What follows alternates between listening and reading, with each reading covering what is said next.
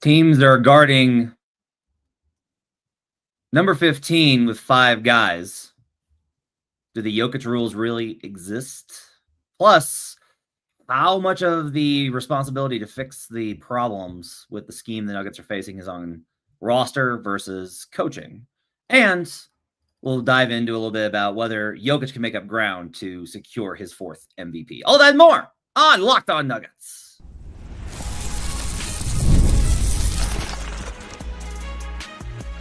You are Locked On Nuggets, your daily Denver Nuggets podcast. Part of the Locked On Podcast Network, your team every day. Welcome to Locked On Nuggets, your daily Denver Nuggets podcast, part of the Locked On Podcast Network, your team every day. Thanks for joining us and making this part of your day, being with us Monday through Friday for all of our shows. We do appreciate you guys being an everydayer, hanging out with us Monday through Friday, as well as after almost every Nuggets game. We will have a post-game show for you on Friday night after the game versus the Phoenix Suns. Today's show is brought to you by FanDuel. Right now, new FanDuel customers can get $150 in bonus bets if your first $5 bet wins. My name is Matt Moore. I write a Substack called The Denver Dig. I'm on Locked On NBA Daily. I'm joined by Swipa. He's on youtube.com/SwipaCam, Twitter @SwipaCam. He's got post-game reactions to every single Nuggets game. You can also find him on Player's Choice, which is really awesome. I listened to yesterday's episode, which talked about a bunch of Eastern Conference questions, a bunch of really good stuff. Like, it was really phenomenal. So go check out that show. I really enjoyed it. It's Swiping Great Friday, and we're going to talk about Jokic's MVP case in the last segment and what he needs to do if he wants to catch Shai Gilgeous-Alexander. If what needs to happen if Jokic will play and randomly just get, because he doesn't really want the MVP, to catch Shai Gilgeous-Alexander for his 4th MVP. We're going to talk about some questions of how much is on the Nuggets coaching to make chicken salad out of the chicken ingredient that they have. I have a Brown question for Swipa as well, but we're going to start here. Because, Swipe, you've been talking about a lot of stuff about how Jokic is being defended. And you made an allusion to the fact that it's like the Jordan rules with the Detroit Pistons. You've alluded to like how Shaq was defended a little bit, that nobody has been defended like this. I'm not sure I agree. Make the case for me. Yeah, I mean, you had iterations of it. I think the Golden State Warriors, granted, this was purely because of the injuries to the Cleveland Cavaliers in the 14-15 season when they played versus LeBron post game 2 when Kyrie and Kevin Love were down. They basically did a box and one on LeBron James for the rest of the series. Famously, LeBron James, that's one of my favorite NBA Finals performances from LeBron, but he also shot 39% from the field in that series. A lot of people are like, well, he didn't make his shots. He obviously wasn't good enough. But if you watch the way they were playing, it was him, Matthew Dellavedova, and Timothy Mozgov pushing the Golden State Warriors in the 4th quarter, just off the back of LeBron James's greatness in his late 20s. I think you have that. I think the Giannis wall is a good comparison, but Giannis, the wall for me is just a bit different. I think that is just because Giannis has had such difficulty with mid-range shooting and jump shooting that's more of, he can't do these things, so we're going to make him settle for these things. The Miami Heat in the bubble famously held Giannis to 23 points a game, I want to say, on relatively negative efficiency for Giannis in a playoff setting.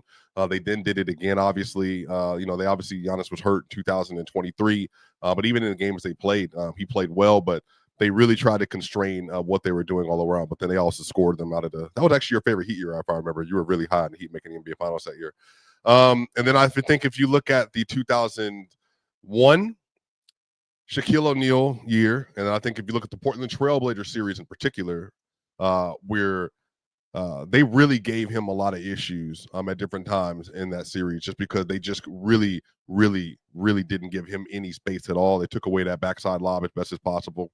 And then obviously I think the Michael Jordan years, a lot of people don't realize this, but Michael Jordan, it took Jordan 4 years to get past that Detroit Pistons team. Now, some of that was they had to change their offense. Some of that was they just had to simply get better. Scottie Pippen was really young when they lost in 89. By the time you get to 90, Jordan has been the best player in the world for about 2 years at this point, 2.5 years, depending on who you're talking to. And I think that they had designed rules specifically that Jordan, at any means necessary, he was going to see 2 at all times. They were slanting the entire defense for him. They were forcing him to help at all times. You never saw Jordan get an ISO. If you were going anywhere, you went to the baseline in the corner. If you were going anywhere, you went to the middle of the floor into other contested areas. And then you also, every time he went to the rim, they would foul Michael Jordan. Like, there was going to be no easy shot. Their whole game plan was to get the ball out of his hands. And if he does shoot the ball, then he's going to shoot contested shots over just layers of hands. And so I think specifically the reason why I call kind of the Jokic rules thing, I have not seen, Matt, maybe you can correct me on this. I'm trying to think outside of those specific instances. Teams slant their entire defense to this degree, to which the Lakers, I actually think, and you tell me if you think I'm wrong here, I actually think they got a lot of this game script from game 2 from Chris Finch in the second round last year. Remember, Rudy Gobert was out for game 2, and I think because of a baby, if I remember correctly. And they had Naz Reid, Karl Anthony Towns, Nickeil Alexander-Walker, Anthony Edwards. They swarmed Jokic. Now, they made life really difficult for Murray. He was like 3-15, I believe, from the field in that game. But they swarmed Joker. They put so much pressure on the ball that they literally just forced the Nuggets into mistake after mistake. And in this instance with J.J. Redick, they basically have said, we're doubling before you get ball, and we're pre-rotating when you get ball. We're going to limit the possessions you get. We're going to limit where you get those possessions. We're going to limit how long you hold on to the ball. And if you do get the ball, you're only going to be able to find space in very small windows, and those are even going to be contested. Now, they did similarly to Karl Anthony Towns last night, but Karl just, I think, kind of faded to the background for several different reasons. But in the game 1 with the Joker, I think they built a 5-man scheme that I think the Boston Celtics replicated to a degree. And I think the Kings, shout out Doug Christie, also replicated. And some of that was the Russell Westbrook, Valanciunas adjustment. The Clippers faced similar things as well. But I'm saying I don't think I've seen a defense slanted to this degree in these iterations of games, harder than I've seen maybe versus Kobe in those lost years between the championships, the Shaq years, and then obviously the Michael Jordan years in the late 80s. Okay. I think you are underestimating, I think, what some of the other guys have faced. I think when Giannis in the 2019 and 2020 playoffs were there, he would see primary defender. Mm-hmm. They would help from the elbow. Mm-hmm. They would help underneath. So you're talking about a triple team. It's just a matter of layering it versus all collapsing on a post up. And this is one of the reasons why we've asked, like, consistently why they don't go to the pick and roll more. When they did, basically any time versus the Kings, it broke that kind of coverage. And I don't know if they're hiding it. I don't know if they're just moving away from it. I don't know if there's things that I don't understand. Like, Jamal has made reference to this and Russ has made reference to this. I am not here to say that I understand everything about basketball. And I understand that they're not going to reveal some of those things because they want to keep their counters to it secret, right? But I will say that, like, a very simple solve for some of the things that they're facing is just to run pick and roll more to get them out of that comfort zone. And for whatever reason that they're fighting through this, when you're going to post up, it's like that. Just question here. Are you assuming a non-switch, or even if they're switching in those scenarios? So they're switching more in those scenarios. Mm-hmm. But the thing with if you're switching is if you put the mega small on him, you're able to run him back into the pick and roll. Like, if they switch it, you just run it back. And you make him either switch it again clean, which is going to be very difficult, or you're going to put the small in the position to have to guard that as a drop big. Yeah. So, like, if they switch it, you just rescreen. And it's not like a perfect solve. And there's teams that can do it. But, like, a lot of these teams, like the Lakers, they're not going to be able to counter that. Like, they're not going to be able to handle a reswitch most of the time. Like, sometimes they'll be successful. But as far as, like, winning that possession, I think it's going to be very difficult. I think LeBron saw a level of this. And the consistent kind of theme here is, like, the Heat's entire thing and the Raptors with Giannis was, we're going to make your other guys hit shots. Like, your guys are going to have to hit. Like, the Eric Bledsoe years. They're going to be open, but they have to hit them. And, like, so what's, like, the difference here is this is why LeBron has always prioritized so much having those shooters around him, because he has to be able to punish that help with kickouts. Like, as much as, yes, Jokic is good enough to demand the kind of attention that he's drawing, it's not like this was just invented. They were unable to do this in 2023, and they were unable to do it last year. Yeah. And you can argue with fans can argue, not you, but the general you can argue with me until the end of time about how good of an offensive player KCP. Kentavious Caldwell Pope is. Yeah. The opponent Yeah. thinks he's great. And so they were like, we can't just leave him open. We cannot allow ourselves to get killed by KCP. And the few times that I think teams tried that, KCP was able to rip them apart. Yeah, so namely the game two versus the Suns, where I think Jamal was struggling. He had 21 points, and that third quarter was lighting him up. And so I do agree that some of this is spacing stuff. But I think even Malone, what did you think about Malone's comments? I can't remember if you asked or not, but when he said, he basically told the team that, look, y'all, they're not guarding anybody out there not with the number 15 on it. Nobody. So Murray, Porter, the coverages you're going to see from here on out are going to be different than anything else you've seen, because right now they're basically betting Jokic. This is the other thing too, Matt. Jokic isn't getting one-on-one coverage. Remember, it's like, just let him score. No one-on-one coverage. No double on the dribble in the post. Right. There is a front weak side double automatic now, and like I think that's the different iteration of this, right? Maybe this is just the next level of the kind of pressure that he's gotten previously.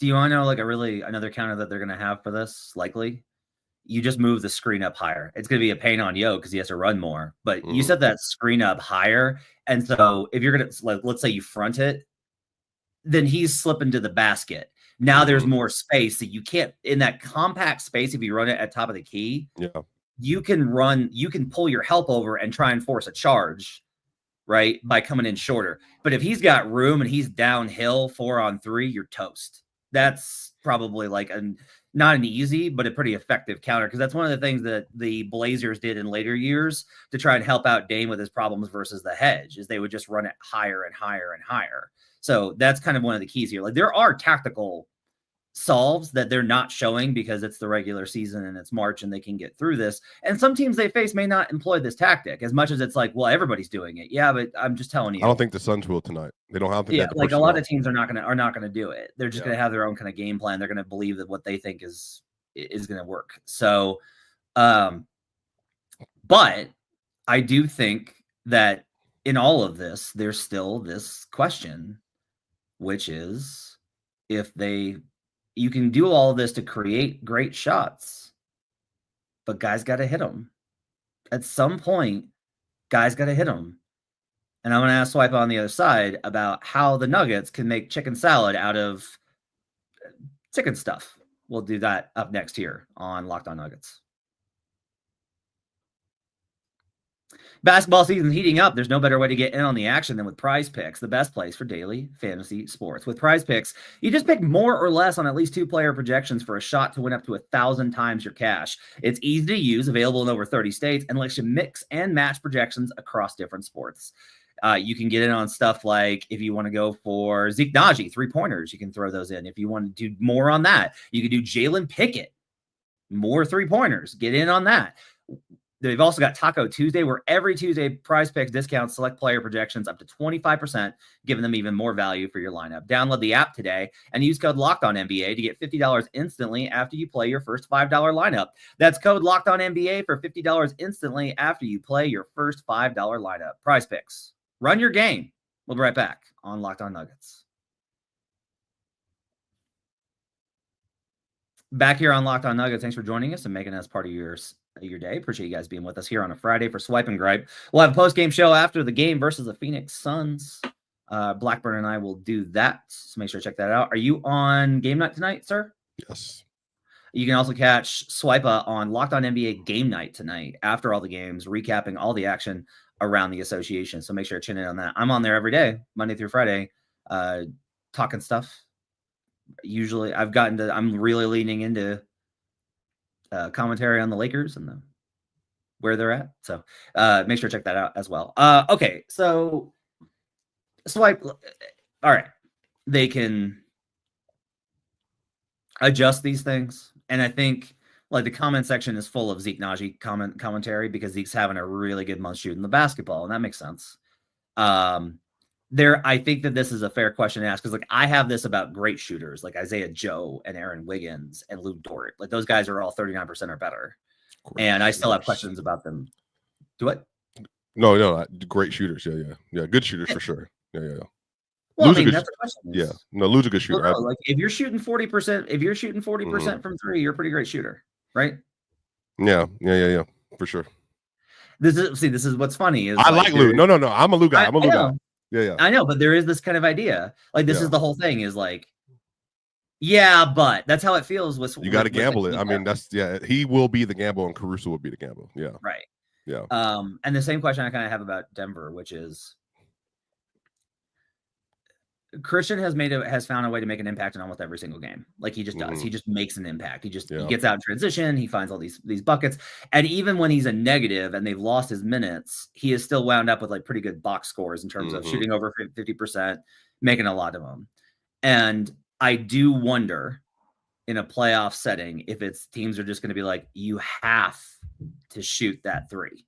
Yeah. You don't have a choice. You have to shoot that three. Yep. Zeke Naji, you have to shoot that three. Even if the coaching staff decides to go to that option, which is a far-fetched scenario in my mind, which is not great because they probably need him.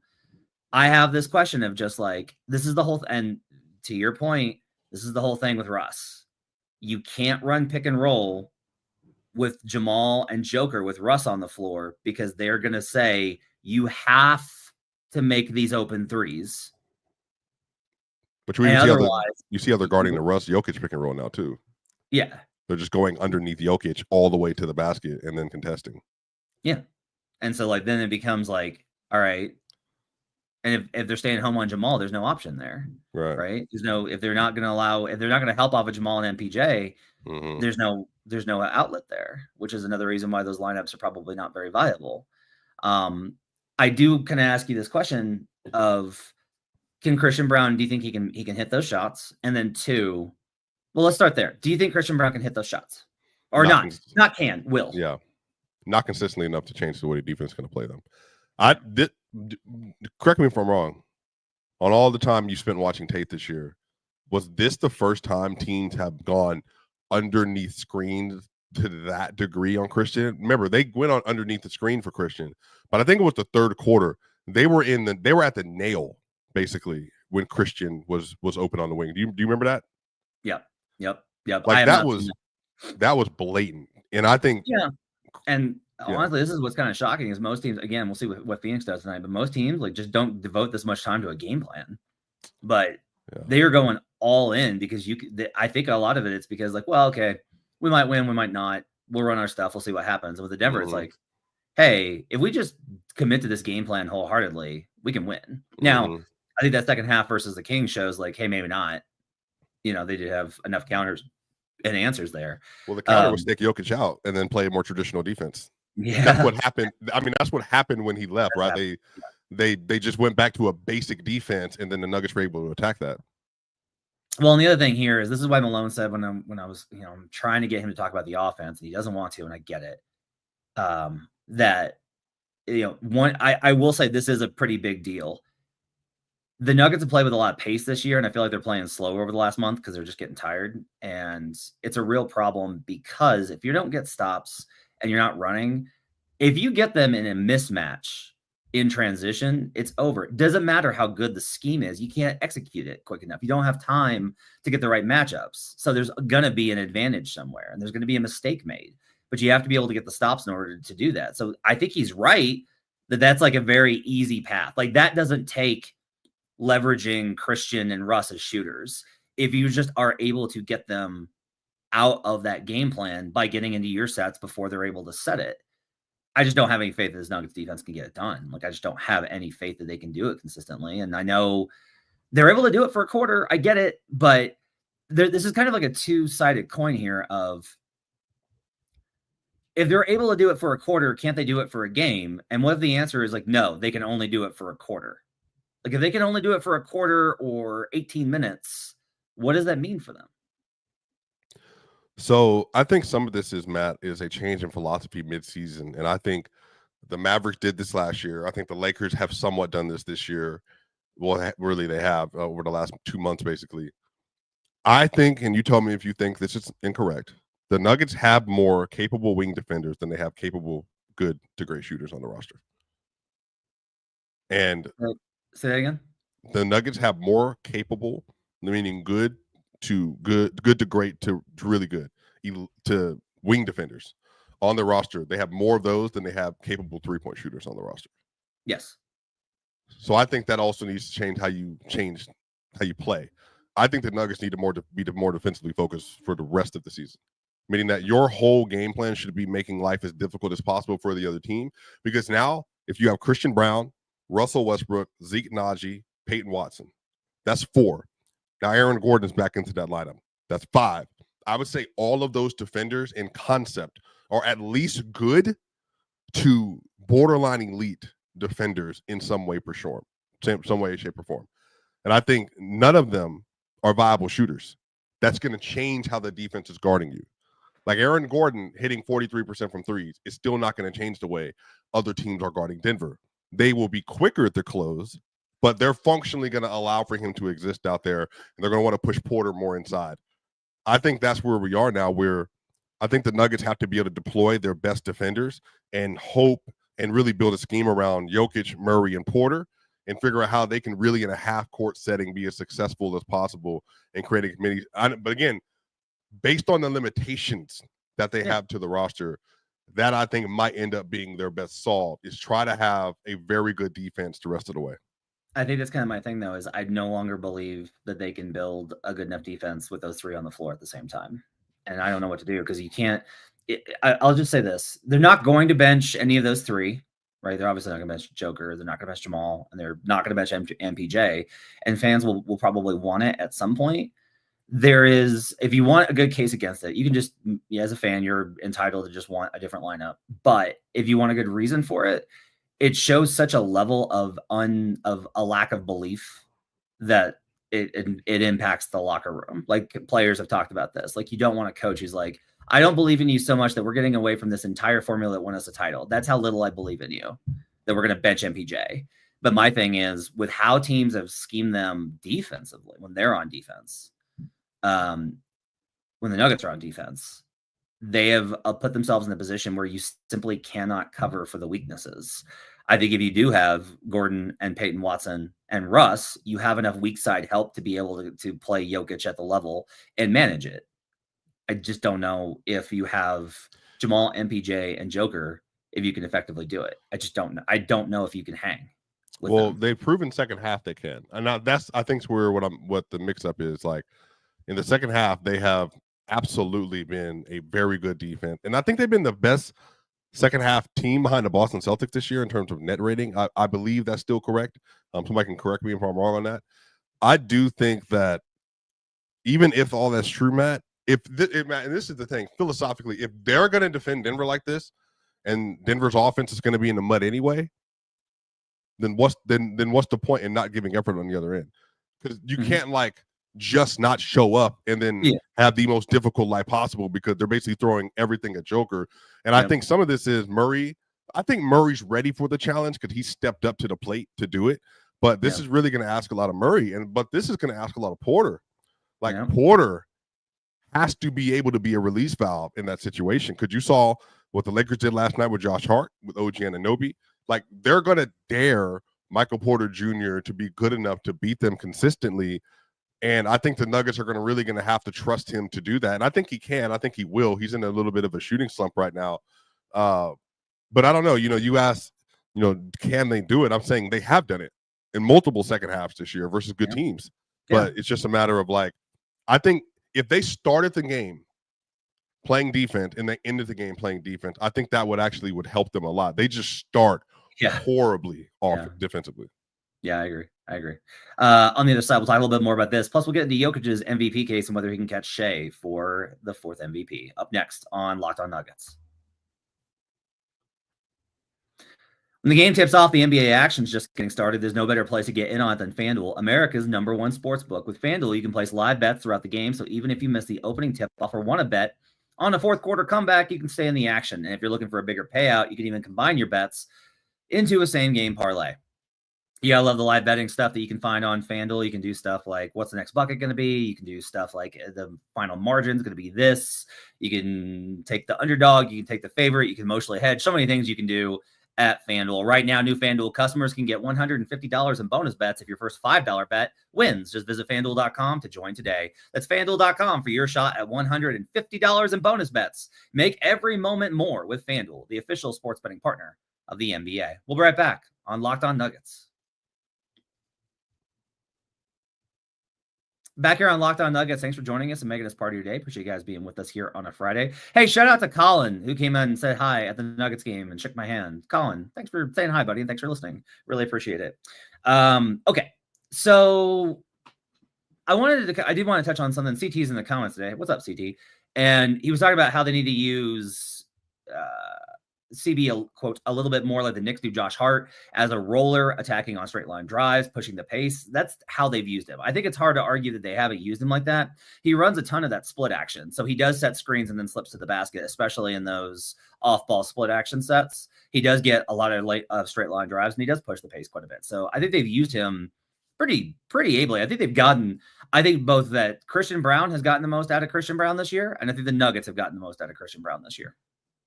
Yeah. You agree? No, yeah, I completely agree. I truly don't think the cutting and driving and stuff I don't think he's a good enough driver and creator to really offset what's going to happen to him defensively come playoff time. But we'll see.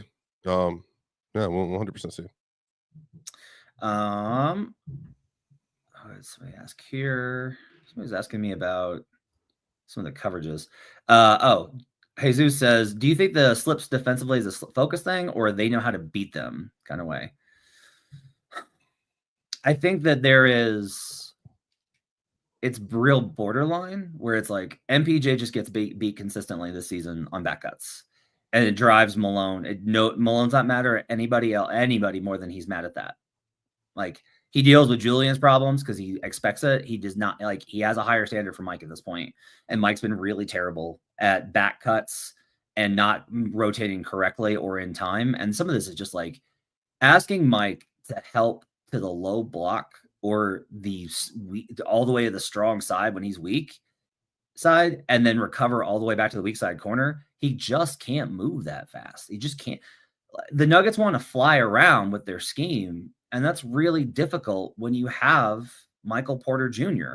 It's honestly been really difficult with Aaron this year with where he's at physically, and it's difficult with Jamal because of the size. Christian actually has the same problem. Christian does fly around, but Christian's undersized when he's having to guard the short roll. So, like, these problems are all very much, they do not have guys that it's like, like, again, I'm not trying to over-index on KCP. I understand how terrible he's been. No, I'm with you. Like, KCP could rotate, hit the short roll, defend the guy, not give up ground, had veteran strength to do that. Mm-hmm. He could recover to the corner for the closeout, not have to do a flyby, like all those things. Zeke's either 100% or he like targets at 60%. It's always effort, but like Zeke does, like, he'll be a little bit late and he'll get scored on and give up a bucket, or he'll be a little bit late on the closeout, or he does a flyby and now the guy's going to the rim. Zeke's effort level has been great, but it's also, again, it's just asking a lot. This is one of the things is, if you're going to run the scheme that they do with Jokic and Murray at the level of the screen, you have to have guys that are absolutely just crazy athletic flying around. And Aaron should make up a lot of that, but Aaron's either been hurt playing, or has been schemed out where they're just like, we're just going to sit Aaron Gordon's guy above the break. He's not going to be the help guy. We're not going to put him in that position. And that to me has been a big problem with the defensive issues. I want to ask you, if you had a vote, and the vote was today, would you vote for Joker for MVP? So far, yeah. Look, I feel like I've been super consistent about this. Like, yeah. I thought Jordan should have beat Barkley. I shot Jordan should have beat Malone. I don't care how good their teams were. I don't care that they had like spectacular team seasons. The same stuff I always look at. Jordan was MVP then. Jordan was MVP in 98 or 97. I thought that LeBron should have been MVP 2011. Brian Windhurst brought up that 17-18 season again, which I thought had already been put in stone. It wasn't just the fact that James Harden led a 65-win team. He was the most impactful player in basketball that year. And I think all of the things that we traditionally would look at scream James Harden. This year, the same thing with the MVP tracker. He has a 63% probability to win. Jokic does the MVP this year based on old traditional voting metrics. I think outside of EPM, I think everything leans Joker in terms of like all the advanced stuff.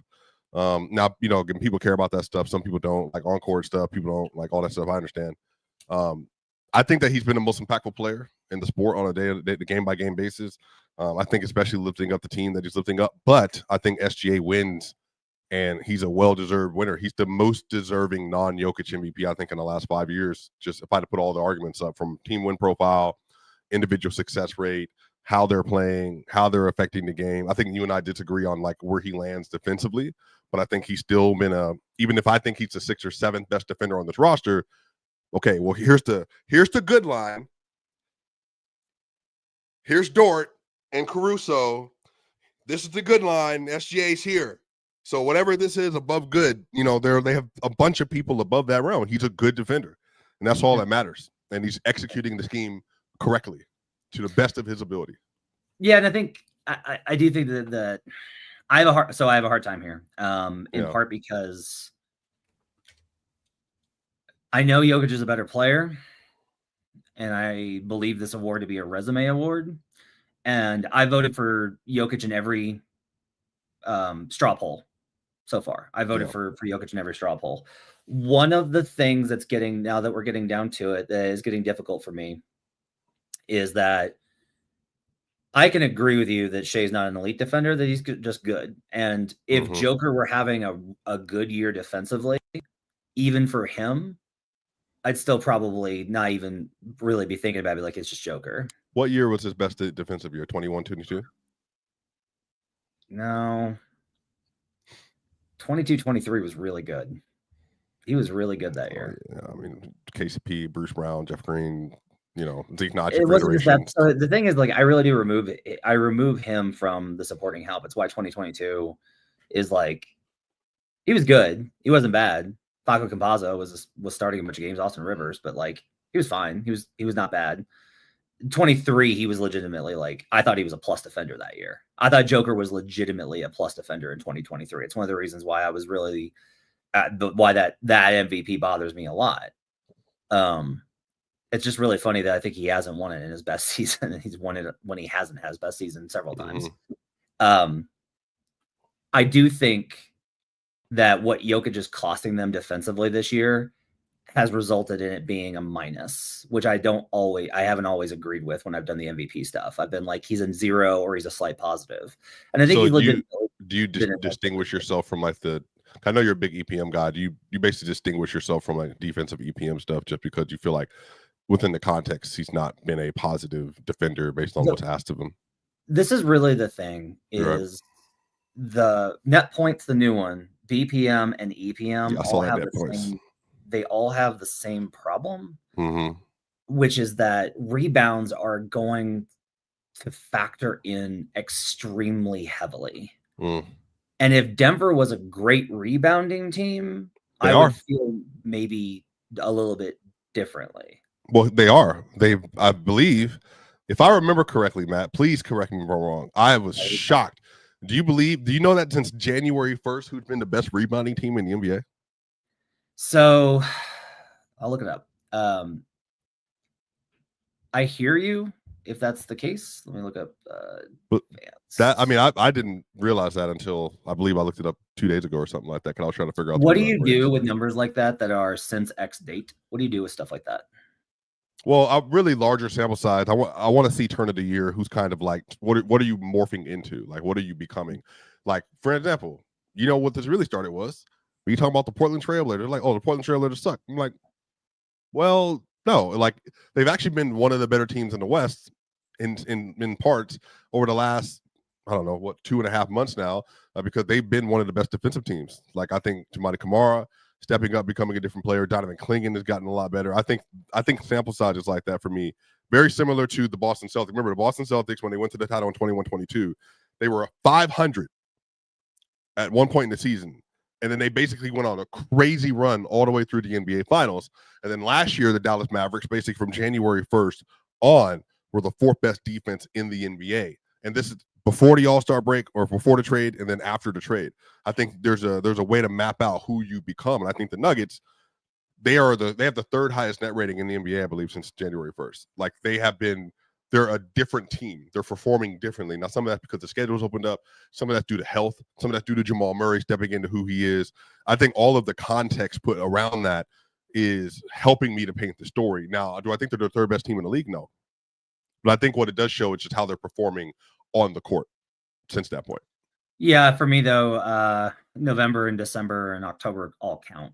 And that matters to me quite a bit. Like, I think it really matters. The Nuggets you are right that they are the best rebounding team in the league since January 1st. However, they are 10th in defensive rebound percentage. Yeah. And when you look at kind of the entire season, they're much lower on that. So this is one of the things when getting back to the advanced metrics. So the advanced metrics are just always going to point Joker in a very favorable light because of the rebounding. Defensive BPM, by the way, I found out that it effectively counts assists. Yeah, it does. Because they measured, but they what they did was they slanted down offensive value for bigs, and then they slanted up defensive value for bigs based on you're more likely to be a good defensive big based on the amount of assists you're gathering up. Yeah. Okay, so I think in general, I think it's really close. I think the vote for Joker is not wrong. And I still am having a really hard time where I'm like, look, if he averages 30, 13, and 10, and he shoots 47%. Yeah, if he's shooting 60% from the field and 45% from three, and his offense, when he's on the court, they have the best offense in the league amongst players with certain qualifiers. Does the offensive difference between him and Shai make up for the defensive difference between him and Shai is really kind of the answer. Is like that's the formula that you're trying to figure out. What do you and I don't mind an argument that says Shai's not the best defender. He's not the second or third best defender. He's good, but not great. Joker is elite offensively, and that level between him and Shai is so wide that he's MVP. I don't mind that argument at all. I also think there's a carry thing to this too. Like I do think Shai has carried like a very good team, or carried very well. They're plus 17 this year, I believe, when he's on the court. Like it's gone up and down. It's up high as 19 at one point. I think that stuff is really important, but I also think there's something to like Joker having to deal with the fact that Murray was what he was for the first half of the season. Gordon has not been himself this year, and I think that has also had a detriment on how good he's been to some degree, especially defensively. I think that stuff matters. I think the personnel around him matters a lot. And I think the fact that they've made Russell Westbrook work, this is his most viable season since the 2021 season with the Washington Wizards. I think all that stuff kind of gets pointed to the team, to Malone, but I also think, to Jokic especially. I think Jokic is the one that stirs that.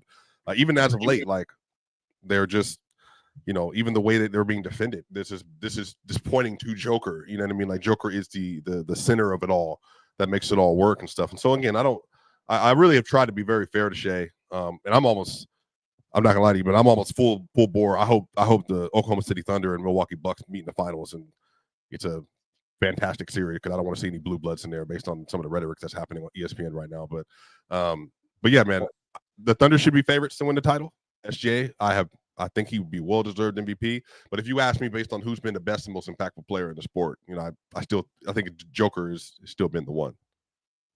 I think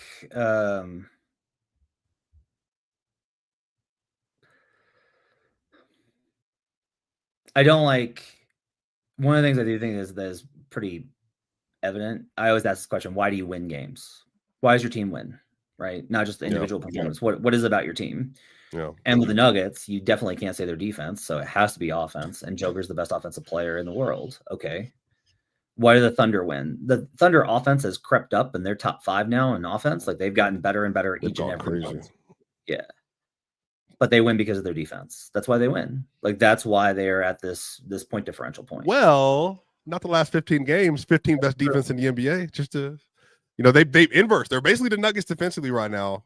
Yeah. And then offensively, Shai's been like, all right. I mean, like this is happening with a bunch of teams, though. This is why, like, I think it's part of the season. Like Memphis is like absolute garbage defensively, and it's treated as like they're being revealed as frauds. And it's like, no, it's really hard to play that level for 6 months. It's just really hard to play at that hot kind of a level for 6 months, which is one of the reasons, again, why we got short in the schedule. It drives me nuts that these people are not going to be able to be rewarded for the various things that they've accomplished. Mm-hmm. Like last year, if the season had ended after the Celtics game for Denver, they roll through the playoffs. They roll. Yeah. Even with the Wolves, they would have gotten past them. I think it's 6. Mm. Right? But it's another month where you have to deal with all of this stuff that you have to deal with. So yeah, I think it's really close. Why do you think Giannis is not included in the conversation for that? What do you think it is for him? Because I think you got to win. I just think you got to win. They're 8-2 in their last 10, but God, every time we think that they've turned a corner, they've gone the other way. If Giannis had been able to rattle off like a 20-4 stretch, then he would have been right back in the conversation. He's been amazing. Like, he really is. He's still so good. He's awesome. And he's better than ever. And that mid-range jumper, he's at 47% this season on mid-range jumpers. That's insane for him. Like, if they can get the right sequence of matchups, the Bucks can make a finals run because he's that good. But, you know, the impact stuff isn't there for him. It hasn't felt like he has absolutely controlled games. He controls long stretches, but he doesn't control games the same way. And there is a certain level of where it's like, yeah, you do have to win at an elite level. You can't just be good, you know? And that's one of the reasons why with certain ones like the 22 MVP, I'm always kind of like, yeah, I don't know. I don't know if they won enough games even with those injuries. I don't know if they won enough games. And I've talked about how I wanted Giannis in various instances because he was winning games. I do think that you got to win at the end of the day. What are you looking forward to tonight in this matchup versus the Suns? A team that's not going to play the same defense that everybody else is playing because they don't have the personnel. And I think they've given up on the season a little bit. So Kevin Durant, 26 points, 27 maybe. The Nuggets should hopefully be able to get through this game by the top of the fourth quarter. They should be able to close it out and secure the victory. They're going to be starting Nick Richards again, I believe. So we're kind of back in this place where the Nuggets need to get a win because they have the back-to-back set of the year, you know. So this tonight should be a game that they get done with hopefully pretty quickly. I wonder a lot about. I'm very curious to see this game because of how they won that game the other night in the comeback over the Clippers. Man, the Suns are not a basketball team right now, though. They are. I know, but that's the thing is like, you want to know why they have not been a basketball team? Is they've had no leadership, and KD showed maybe the most leadership I've seen him show since OKC. Like, it was a pretty incredible, like, that performance, and like then coming out and being like, no, I don't have a problem with my coach. We're competitors. Like, this is how it is. Defending his coach, leading the comeback, trusting Colin Gillespie. I'm just curious. Maybe they just get the Clippers. They might just get destroyed tonight. You might be right. Like, they just might be cooked. Yeah. But I am just curious to see what we get from Phoenix tonight, and if they do play better, what that's going to look like. Sure. That's going to do it for Locked On Nuggets. Thanks for joining us, guys. Appreciate you guys being with us. We'll be back tonight after the game on Friday night, and then Sunday night at around 10 Mountain Time. You can catch Ryan and I on No Jinx. I hope you guys have yourselves a great weekend. We'll see you guys again next time on Locked On Nuggets.